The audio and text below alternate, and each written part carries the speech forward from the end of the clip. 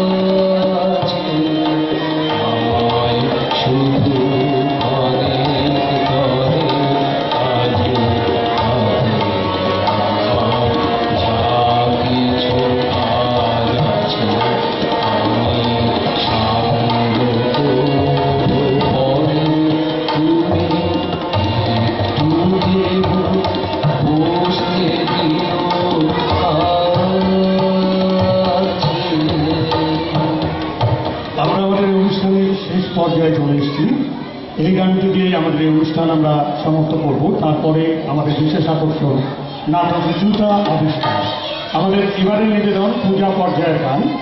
9 কার্তিক 1322 সালে কবি কাশ্মীরে থাকাকালীন এই গানটি রচনা করেন। বিশ্ব প্রকৃতির সঙ্গে হৃদয়ের যে মনের যে বন্ধন এই গানটিকে ঘিরে গড়ে উঠেছে, তাই এই গানেই সেটা স্পষ্ট। আলোকের এই ঝর্ণা ধারায় ধুয়ে দাও।